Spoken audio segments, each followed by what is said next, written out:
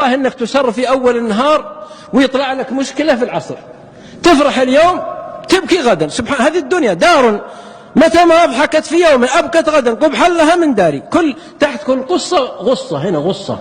ماذا تفعل؟ لا تحزن إن الله معنا. أعرف أن ابنك مريض، لا تحزن إن الله معنا. أعرف عليك ديون، لا تحزن إن الله معنا. أعرف أنه مات لك بنات، لا تحزن إن الله معنا. أعرف أنك شردت من بلدك ومات بعض أسرتك، خاصة في الشام، في سوريا، الله يفرج عنهم ويسترهم، في العراق، في غيرها من البلدان، الله يفرج عنهم ويسترهم، لا تحزن إن الله معنا. أعرف أن عندك مشكلة مع زوجتك، لا تحزن الله معنا.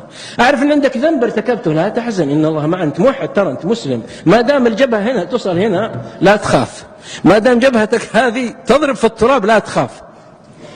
اسمع اللقطة، احفظها مني. بين مشكلتك والحل كما بين جبهتك والأرض. كل الحلول للرسول صلى الله عليه وسلم أتت بالسجود، فاسجد واقترب. ولقد نعلم أنك يضيق صدرك بما يقولون. طيب وش الحل؟ عارفين يضيق صدرك، الحل قال بننزل لك جنود، ننزل لك عسكر، بننتقم منه. لا، اسمع الحل، فسبح بحمد ربك وكن من الساجدين.